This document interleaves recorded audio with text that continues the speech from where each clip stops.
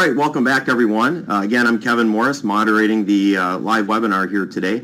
This portion of the webinar, we're going to handle the questions that you folks want to have read live on the air.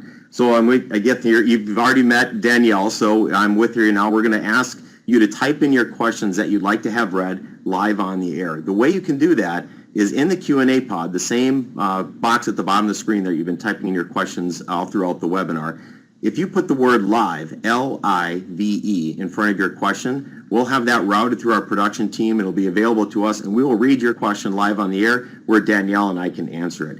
Keep in mind that during the live Q&A portion, you can still submit any question you want. Even if you don't want it read live on the air, just simply type your question in, and our subject matter experts will answer your questions as best they can. One thing I would like to point out that while we've been getting a lot of questions, some of the questions may be a little bit detailed or nuanced where we want to do the research to get you the correct information. So even though you may not get your question answered in real time, we will still answer all of your questions and post them and make them available to you folks after the webinar is complete. So for now, if you have a question you'd like to have read live on the air, go ahead and type that into the Q&A pod at the bottom with the word live, L-I-V-E, in front of it, and we can get started. So Danielle, we do have one question right off the bat here, and the question is, can I order a UAS pilot to land and stop flying if citizens complain about him? Not just by virtue, great question by the way, not just by virtue of a complaint. We're still in an era where drone activity does cause people a little bit of concern. The fact that they're a new type of operation and we don't see them all the time and we don't necessarily understand them, not everybody fully understands the rules, may prompt more reports or more complaints than are warranted. Of course, if something is an activity is threatening public safety in any way, take that action. But it's good to kind of assess the situation, and that's what we tried to go through earlier. When there's a red flag, take the action that's normal, that you would normally do in your normal course of duties.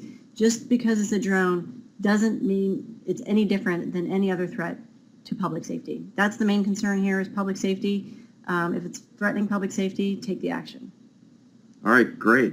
One more question that just came in is, how do I know when UAS flying is legit? Meaning, how do I know that they're legal and doing everything they're supposed to? Are there some telltale signs that maybe I could look for as a law enforcement agent to say, okay, I see that drone flying over there, but there's a lot of things that I'm seeing that are okay. What would be some of those green flags, let's call them, to help to give you an idea of what's happening and that looks all right? That's a good question. Like I said earlier, the federal aviation regulations are broad and they're complicated sometimes. They're not necessarily intuitive. And we certainly don't expect you to have memorized them. So learning what these activities should and shouldn't look like is probably your best form of comfort, we'll say. So the first thing that you should do is do your homework. Reach out to your law enforcement assistance program or lead agent and talk to them about, let them educate you. Let them come to your agency. Let them talk to you about what drone activity looks like and what are some telltale signs. Some of this stuff is super specific to where you are locally. So find out if there's temporary flight restrictions in your area. Find out if there's critical infrastructure in your area. These are the kinds of things that can raise red flags. Like I said earlier, flight directly over people's heads may be concerning. Anything that is seemingly careless or reckless, flying too close to people or erratically are the kinds of things that may cause concern. Measuring height and altitude is probably not the most prudent way to go about it. But I would say do your homework to kind of get a comfort level of what the basic regulations are. And those are not flying over people's heads and not endangering the public safety. Certainly never interfering with manned aircraft. Excellent. Great advice. Another question just coming in. Do law enforcement agencies in 2019 need to have a COA or Certificate of Authorization for a drone program or certify pilots with Part 107? Great question. Again, not sure I got all of it, but there's a lot of options to public government agencies on how to operate drones and conduct and start a drone program. Like I said earlier, on the left side of your bar, there's a little cheat sheet about how to get a program started and some contact information on how to get in contact with the FAA on how to get your drone program started. You don't have to have a COA. You don't have to be operating as a public aircraft operator simply because you meet the criteria. you may operate under Part 107, which is our the small rule for unmanned aircraft, which is available to anyone, whether you're or not you're a public agency. So I think you have to do a little bit of homework to determine which legal framework works best for you. It's a little nuanced to get too in-depth today. It's a really good question. Another good opportunity for you to reach out to your law enforcement assistance program agent who can help ask you the right questions to get you started on the right road to find the path that's best for you. It may be both. And one follow-up to that, just because we tend to use a lot of terms in aviation, we do abbreviations for everything, and we throw the words like COA around. Would you mind just explaining what is a COA? A COA is a certificate of authorization or waiver. So there's more words in there than letters in the acronym, so right there. And generally it's an airspace authorization. That comes with special provisions. And we use it in this context when we're talking to you guys to mean an authorization for you guys to conduct activities given certain parameters. So it could be where you can conduct those activities and how you can conduct those activities. So to put it most simply, it's like a little mini rule, because if you're operating as a public aircraft, you're not operating under our other normal regulatory frameworks, and so the COA, or the Certificate of Authorization, kind of describes where and how you can conduct your activities. I think we might be hearing some of our attendees hard at work in the background here. Great timing on that, guys. So thank you for that. Let's see, I think we do have a couple more questions rolling in here. One of the questions is, does an operator have to show me their ID and pilot license when asked? And can I arrest them if they don't? I'm not the one to tell you whether or not you can arrest anyone, but our regulations require a person to show their certificate. You may ask for their certificate of registration or proof of their registration. There's a lot of nuance in here, but put most simply, if you're looking for a document, I would ask for the registration. Like I said earlier, almost all UAS have to be registered with the FAA. If they're not, then that's a cause to take it to the next step. The registration certificate must be on the person who's operating the drone, either in a paper format or even electronic format, and the registration number must be on the drone. Both of those things must happen, and that's certainly something that you can ask for, and that's explicitly described in the statute for registration. And one of the questions I have is a follow-up to that. Does everybody flying a drone have to have a pilot certificate? Great question. No, not everybody flying a drone has to have a pilot certificate. So you can ask to see a pilot certificate, but the operator may not show you one because they may not be required to have one. Most operations that are being conducted for commercial activities, or all operations that are being clearly conducted for commercial purposes, require a pilot certificate to conduct those. Operations that are happening simply for recreational purposes, those people may not be required to have one. So this is why asking for a pilot certificate and not having that produced back to you isn't in and of itself a violation. Great, thank you for helping clear that up. Another question that we have coming in live here that wants to be read on the air is, do all drones have to be registered? The answer is mostly. There is an exclusion, and we've talked about this a few times, so I'll get a little bit more specific now. Drones that weigh more than 0.55 pounds must be registered. We have an online registration form that goes up to 55 pounds, so anything between those two weights, or basically anything below 55 pounds, must be registered and can be registered through our online system, and that's where you would get that FA number. There are some drones that are registered with an N number that you may see if you're familiar with aircraft. You see on the big tail, it'll have a big N indicating it's a U.S. registered aircraft. Larger drones and even some smaller drones may have that N number. That's also an acceptable registration for drones. Oh, great. Another question coming in. Who do we call again if we see suspected illegal drone activity? If you see something imminent in the moment and you need help from the FAA, you would call the Regional Operations Center. And again, that information is available in the presentation that I showed and in the downloads on the left side. For normal, everyday interactions, for help with your investigations, for support, you would call your Law Enforcement Assistance Program agent. And I can't stress enough, it would be in everyone's best interest if you establish those relationships now, get to know who they are, let them get to know you, so that when the time comes, it's on the top of your head who you can call. Great, good information again. And folks, we are getting towards the end of our queue for questions, so if you do have a question you'd like to have read live on the air, remember, enter it into the Q&A pod with the word live, L-I-V-E, in front of that, and we'll get to your question here in the next 15 or 20 minutes. So another question that just came in is, who do we reach out to if we have questions related to starting a UAS program with my agency? Really great question. Again, on the left side, there's a document there that you can download that kind of walks you through some of the first initial questions and gives links to resources for more information on how to start that program. But again, the first line of defense for information is your law enforcement assistance program agent. They can either answer your questions or point you in the right direction to a person, an actual person who will answer your questions. Great. And then I want to go back to that registration question again on drones, because I've seen a lot of different places to register your drone. Mm-hmm. Do people have to register it with the FAA? Are there third-party vendors they can go through? How much does it really cost, and how do I know I'm looking at the right registration? Good question. You do have to register with the FAA. We have our online registration portal. It's called the Drone Zone, and that's an online. What's the website? Drone Zone. Right now. FAA.dronezone. It's let's see, dronezone. That's a great question. Anyway, we'll come back. I know where it is. Yeah, I apologize, but the FAA official portal for registration is called the Drone Zone. And when you're on the FAA's Drone Zone, you know that you're registering with the FAA.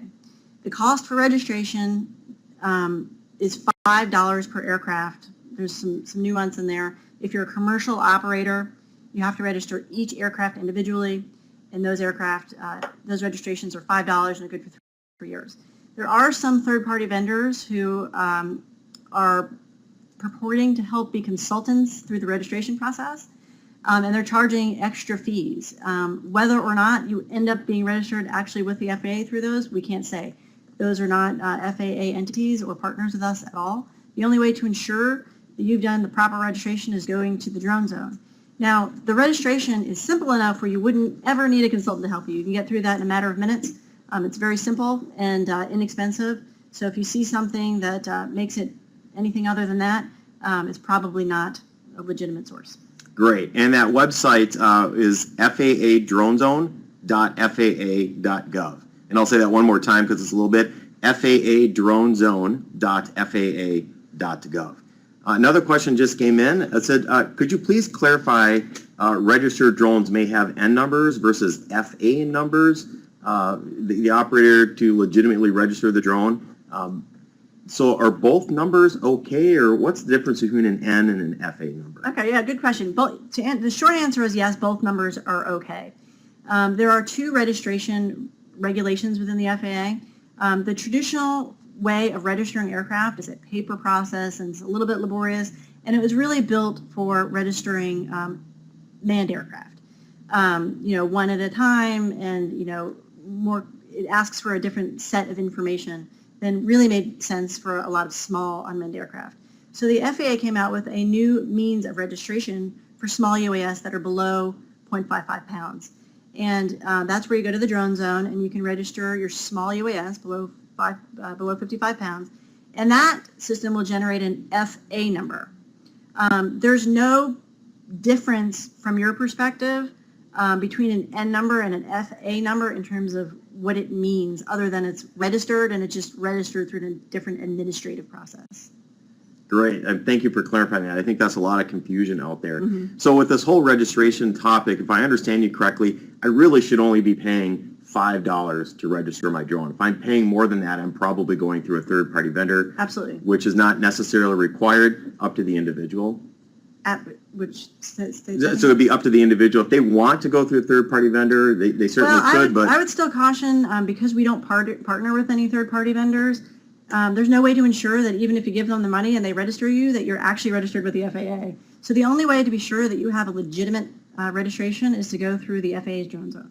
Great. Thank you for clarifying that. Another question that should come in was specifically in regards to recreational pilots. Which UASs are not required to have a registration certificate? So if a law enforcement agent is coming up and somebody's saying, I'm just doing this recreationally, when do they not need a registration certificate? The only time that a registration certificate is not required is when it is below 0.55 pounds, which is less than half, slightly more than half a pound, basically a half a pound, and it's exclusively being operated for fun by somebody as a recreational activity. If it's used in the course of any commercial activities or for your purposes, for public aircraft operations, or anything other than strictly for fun, and it's below 0.55 pounds, it must be registered. Great. And since we're talking about recreational and a little bit of commercial, what's kind of the defining line? How do I know when a particular operator could be considered they're just doing this for fun versus they appear to be taking, let's say, real estate photos? Mm-hmm. What's really the difference, and how does the FAA draw the line between recreation and, say, commercial or other operations? I think it's a good question, and sometimes we tend to overthink it, but it's really sort of a common sense question. What we don't mean is that you're being hired by someone for something as a commercial activity. A commercial activity is really in the pursuit of a commercial endeavor. So that's why a real estate agent who is using a drone as a tool in the conduct of their other activities is still really using that drone for their professional purposes. The only time that you're really not subject to that is when you're just out there having a good time and you're not selling anything, you're not selling your services or a product, or using it to help a business in some way. Okay, great. Well, I think we've reached the end of some of our live questions. Unless you folks have another question right now, the queue is wide open. So we'll wait just about 30 seconds or a minute to see if anybody has any other questions they'd like to have submitted. And please remember that even if we can't get to your question live on the air, or you've submitted another question and you're waiting for an answer, don't worry, we will be answering all those questions. Sometimes the questions you guys ask are really, really good. And we want to make sure that we get you the information you need and that the information is correct and it's researched so that you guys can go forward with confidence to do your job. So again, we will get to all those questions. We'll make those questions available to everyone as well. So right now, I don't see any more questions, so I think what we're going to do is we're going to wrap up, and we'll do one more plug here. Remember, we do have our FAA Symposium coming up June 3rd through the 5th. You can find more information down there at the bottom of your screen at that link there. And I think other than that, we'll wrap it up here today. So I just want to thank Danielle, and this concludes our webinar for this afternoon. We hope that you found the information presented beneficial and were able to get some of your questions answered. Remember, we will be providing answers to all your questions and publishing them online and making them available to you so you can reference them in a future date, as well as making this webinar recording also available so you can look at it at a future date. So on behalf of Danielle, myself, and the FAA, I want to thank you for joining us, and fly safe. Host is Danielle Corbett, an aviation safety inspector who is also one of our drone experts. In just a moment, I'll turn it over to Danielle, where she'll provide you with a 10 to 15 minute briefing. Throughout the briefing, you may enter your questions into the Q&A pod at the bottom of the screen. We have a production team of FAA UAS subject matter experts standing by who will be answering your questions throughout the webinar. Following Danielle's briefing, we will have a segment where you can have your questions read live on the air. And now, here's Danielle.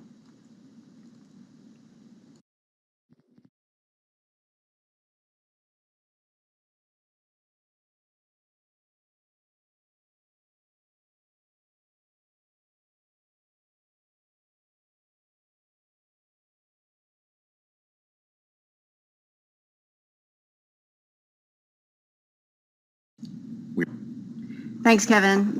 Once again, I'm Danielle Corbett. Thank you guys so much for taking time out of your day to join us here on this really important topic. Drone safety, it's the law. So let's get down to it. I hit the wrong button already. So why are we here? We're here to prioritize safety, and we do that through establishing relationships. I mean, the FAA has a long history of developing the national airspace system and integrating new aircraft over time and building air traffic control. And that's happened as kind of a slow and deliberative process. And recently, drones have entered into that established network, and it's really disrupted things in a really good way, but it makes us look at things a little bit differently. Drones are different in the way that they operate, they're different in where they operate, and they're different by who operates them. And so we have an opportunity to look at things a little bit differently. But the FAA is just one piece of the puzzle, and that's why we're here today, to establish, continue to establish and cultivate our relationship with our law enforcement, public safety community, as well as others.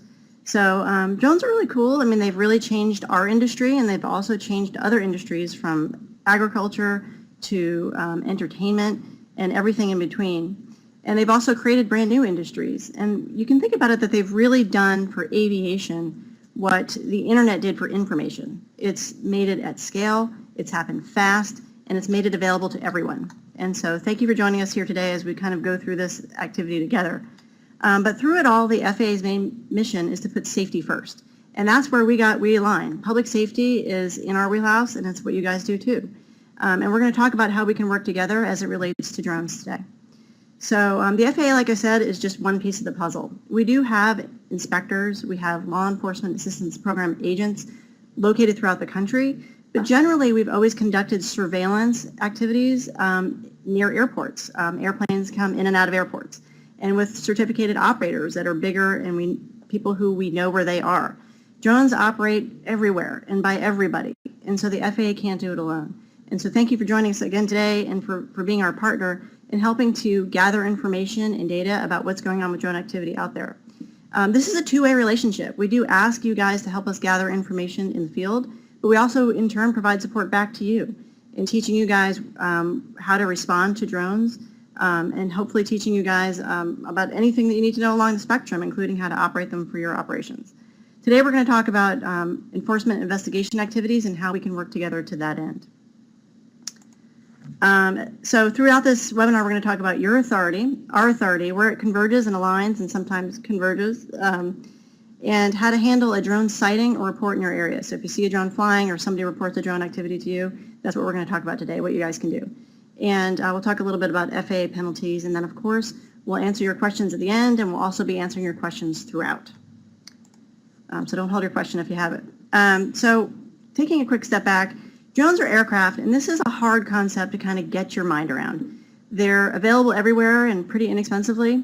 You can go to a store, you can pick it up, you can bring it home, you can take it out of the box, and it doesn't take a lot of complexity to put it in the air. But as aircraft, they're subject to FAA regulations. And that's just not important from a regulatory or compliance aspect, but from a practical aspect. This is a piece of equipment that's operating in the National Airspace System. The National Airspace System is a public resource that's really important to us to protect and preserve so that we can all take advantage of it. We're here because we love aviation and we want to make it available to everyone. But it's also important to know that those who are operating these drones are considered pilots or operators. And with that comes a big responsibility to conduct themselves safely, even if you don't necessarily know what all the regulations are, to always have that mindset of safety. And that's part of where our education starts and we grow. What's your authority? Your authority hasn't changed at all. You always have had the authority to take action when something violates a state or local law in your area. Just because there's a drone involved in that activity doesn't take it out of your jurisdiction and into ours. There are cases where something violates your laws as well as ours, and one or the other, and we'll kind of look through that a little bit in a few minutes. That said, it's always a crime to kind of knowingly or recklessly endanger manned aircraft, so that should be an immediate red flag of something that you can immediately take action on. But your authority hasn't changed simply because a drone is entered to the picture. So what do you do if you see a drone or get a report of a drone? Well, first of all, like I said, if a state or local law is being broken, do what you would normally do. Take the action you would normally take. We still ask that you provide that information back to us, and I'm going to say this word a lot, Law Enforcement Assistance Program, or LEAP agent, is your contact to the FAA. These are people who are dedicated FAA employees, liaisons with our law enforcement community. This is how we communicate, our Law Enforcement Assistance Program, or LEAP agent. I'm going to say that a lot. So even if something happens that you think violated a state or local law and you don't even know if it violated an FAA regulation, we ask that you please share that information with us so that we can in turn turn it around and conduct our investigations or education activities as needed. If an FAA regulation is being broken, but not a state or local law, same thing. Please take down that information or take any action that you see that may be necessary in the moment, but more importantly, send that information to us so that we can take our investigative or educational action later. You may not know what all the FAA regulations are, and we don't expect you to, but we'll give you a couple of red flags here today, such as an immediate threat to aviation activities. If there's a drone operating in an area where there are manned aircraft, regardless of whether it's at an airport or at a beach or anywhere else, This is an action that should raise a red flag and something that we need to know about, if possible, in the moment, but definitely after the fact. So I'm going to say another term, another new term, Regional Operations Center. So we have 2 points of contact for you. The Law Enforcement Assistance Program agent is your primary point of contact for everyday activities. The Regional Operations Center is our immediate imminent threat contact phone number. So if you see something and you need FAA response or support in the moment, that's who you call. And that would be any threat to aviation activities. The Regional Operations Center can help you, provide you information to help you handle that situation, or they can put you in touch locally with someone, or also help with investigative, or pass that information along tertiary. Sorry, got myself cut up there for a sec. If there's a threat to public safety, do what you would normally do. Don't let the fact that it's an aviation-related activity stop you or cause you pause. If there's a threat to public safety, it's most important that that threat is eliminated. We can then take action or help you take action after the fact. And again, I'll say we can communicate through those channels of the Law Enforcement Assistance Program or LEAP agent or the Regional Operations Center as appropriate. If you're not sure if a federal aviation regulation is being broken, you're probably not, because there's a lot of regulations and we don't expect you to know what they all are. And we certainly don't expect you to be our enforcement arm for regulations. However, if you're interested and you'd like to know what those regulations are, the LEAP agent is here to help educate you. So contact them now and establish that rapport, and they can help you know at least enough to know when a red flag should go up. But if you don't know, here are things that should always throw up a red flag. Anything that endangers people or property, whether it be on the air or on the ground, is something that should raise a red flag and prompt an action, whether it be an action in the moment or an action of sharing that information with us so that we can conduct an investigation later. Any interference with manned aircraft is always a violation. Drones, regardless of who they're operated by or where they're operated or under what regulatory framework, give way to manned aircraft. So regardless of any other factor, such as altitude or speed or direction of flight, if a drone interferes with a manned aircraft, that's an action that needs to be taken. Same thing with interference with your activities. Any interference with public safety activities is a violation and something that should be dealt with immediately if possible, and certainly after the fact. We often think about wildfire suppression and how drones have stopped those and put the safety of the public at risk during those high-profile events. Same with national disasters and things like that. This also applies, though, to local incident responses if a helicopter is coming in. But even if aviation is not related, if any time a drone is interfering with your activities, this is something that needs to be dealt with. Flight over critical infrastructure. There's some notices out there to airmen about loitering over critical infrastructure, and this is something that should raise some red flags that you might want to pursue. There are cases where there are specific flight restrictions over these areas.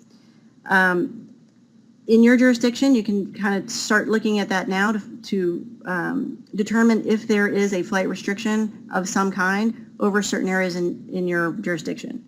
If you're not sure, you can go to our website, faa.gov/UAS, and you can learn more about temporary flight restrictions. These are just what they sound like. They're flight restrictions that are applied on a temporary basis. Sometimes that's over the course of hours, sometimes that's over the course of days, and sometimes it's even longer than that, even though they're considered temporary. Usually, temporary flight restrictions apply to all aircraft.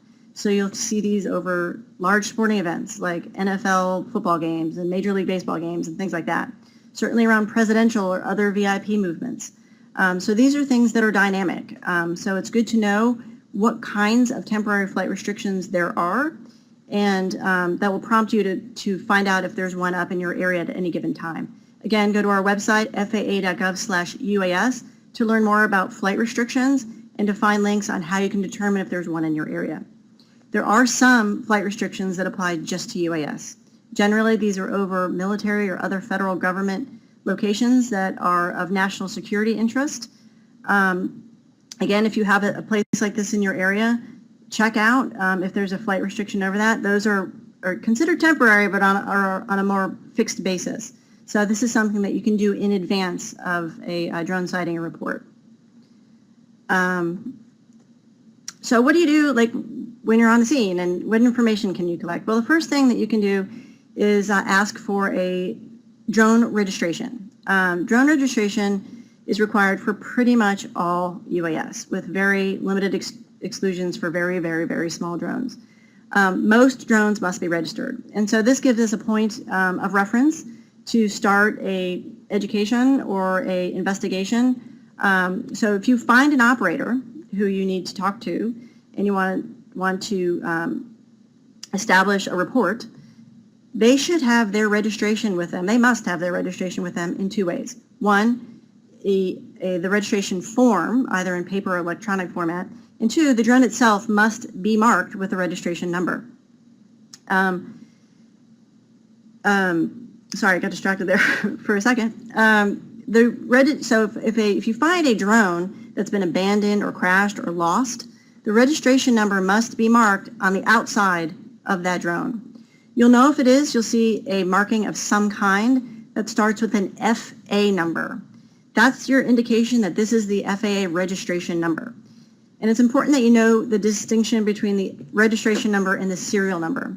And the reason why is that the registration number can be linked to an individual in our databases. That's what it's all based on. The serial number may be linked through a manufacturer. The manufacturer may be able to track that down, but the FAA's databases are predicated on the registration number, and those are correlated to individuals. The serial number is not. So look for that FA number, and it should be always on the outside of the aircraft. If it's not in compliance with regulations, and you shouldn't have to manhandle or manipulate the drone, putting yourself at risk to expose parts or batteries, or even worse, some sort of hidden explosive device located within the drone. So that number should always be on the outside of the aircraft. This here graphic is available as a document to download on the left side of the panel there. So if you need some more information or want to hang that up in your office so that you can remember what those registration numbers look like, that would be a good thing to download. The FAA does take action and goes after penalties for people who violate rules or safety. We have civil penalties of significant dollar values, and we work with our government partners in DOJ and other law enforcement agencies to pursue criminal penalties when that's necessary. So this is another example of the relationship that we have. We ask for you guys to support us to pursue civil penalties, and we support you in criminal penalties. And we can even take certificate action to deprive people of the privilege of operating in the airspace in some cases. So we do have some teeth. So let's talk about a common example and what this looks like. Let's say a drone is being flown over a crowd of people in your area. This could be a marathon or an outdoor concert or something that's small. It doesn't rise to the level of the temporary flight restrictions we talked about earlier. Flight directly over people's heads is currently a violation of FAA regulations with few very narrow exceptions. It may also be a threat to public safety. For an example, if it's flying erratically or too close to people, or if you feel that public safety is being threatened by this activity, could be dispersing something or not sure what's happening, take some action. Take some action under your state or local laws. Also, please send us that information that we can come back and conduct an investigation and provide education or enforcement as necessary in this case. Another really common example is privacy stuff. You get a call, somebody's flying a drone over my backyard, my daughter's at the pool, I think it's taking pictures, I don't like it. Here's an example of something that where we may converge. The airspace is open to drones, regardless of certain other activities. As operations, the FAA has authority over the operations of aircraft in airspace. What those operations are doing may also violate a state or local law. So if you have a privacy or trespass or peeping Tom type regulation on the books, this activity may violate that. Just because it's a drone doesn't mean it's only in the FAA's authority. The FAA does not get involved in privacy. That falls into your authority, where our authority is in the management and conduct in the airspace. So if you think about a drone as another tool, and very often another kind of camera, it might make a little bit more sense. So it's analogous to a guy having climbed a tree, or gal, and is using a camera. If that violates a law, a surveillance type law in your area, the fact that it's a drone is no different. Again, we ask that you take this information and report it to your law enforcement assistance program agent. So I've said that a lot. It's the LEAP agent is the acronym for it. There's a couple documents that you can download on the left side of your screen. We produced this, can you see it? This card, this is printed on a big piece of paper, but it's meant to be printed on a small piece of paper. And it gives you the critical information that you should be looking for in the field. And this is just a quick reference to help you and your agents to help start determining what the activities look like and information to gather that may result in an education or in investigation later. On the back of that form, since it's the quick reference card, is the Regional Operations Center contact information. And again, that's the imminent threat, we need you now, contact information. We have another piece of paper, it's the blue one. It's a slightly longer form, it's got more words on it. It goes into a little bit more detail, and on the back of that document is the contact information for your LEAP agent. Your LEAP agent, again, is your primary contact with the FAA. They can provide support for your investigations as well as education.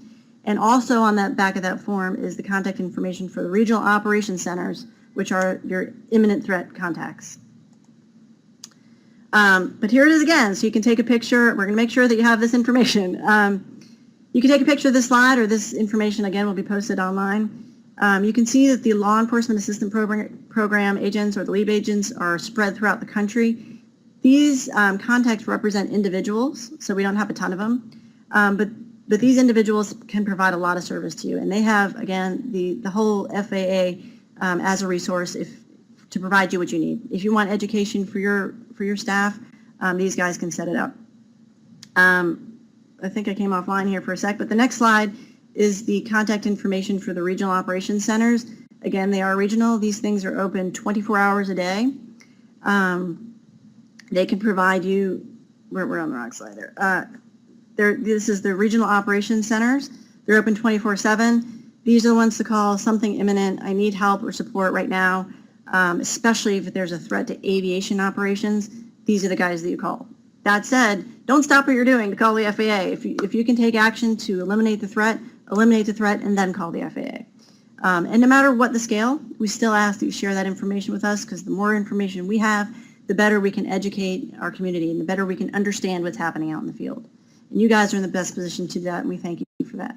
A lot of resources available on the web. Our website, faa.gov/UAS, is updated all the time. If you go to /resources, you'll find more details about what we talked about today, information about how you can start your own drone program. There's also a document on the left side of the webinar here that you can download that's like a quick reference sheet to prompt some questions that you can ask yourself if you want to start a drone program. If you want information from us on a more regular basis, on pretty much every web page on our website, but specifically on the one there, there's a little envelope with a green plus sign on it. If you click on that, it'll open up a page that will allow you to select some preferences on the types of information that you would like to receive from the FAA, so that when we put out mass distributions of stuff, you'll get the information that you're interested in. And of course, we're on social. Social is a great place for us to communicate. It goes two ways. We're on Twitter, we're on Instagram, we're on Facebook. We post a lot of current events and hot topics and things of interest. Follow us, contribute, tell us what you think.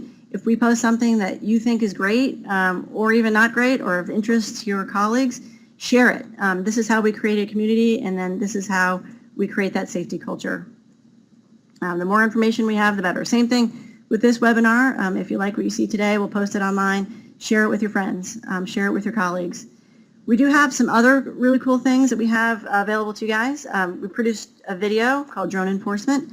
It covered a lot of what we talked about today. And this is a cool product for you to show your staff, your colleagues, or at a roll call type thing. Kind of goes over a quick overview of your authorities and some basic FAA regulations.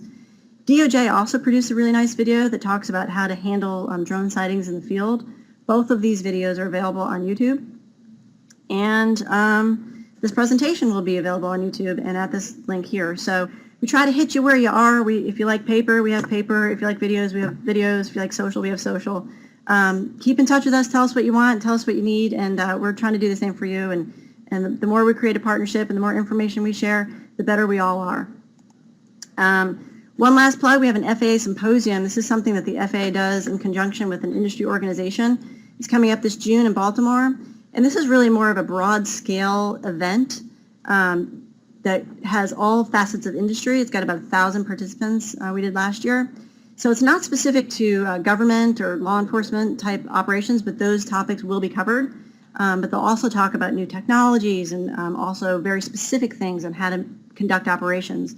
So if you have any interest in that and you want, or if you're just generally interested in drones, this is a great place to learn about what's going on and to meet and network with others. With that, I think we can turn it over to our questions. All right, thank you, Danielle. That was great information. We're going to take just a short 1 to 2 minute break, and then we're going to set up to take your questions live on the air. In the meantime, during this break, if you wouldn't mind taking this poll for us here, I'm going to open it here in just a second.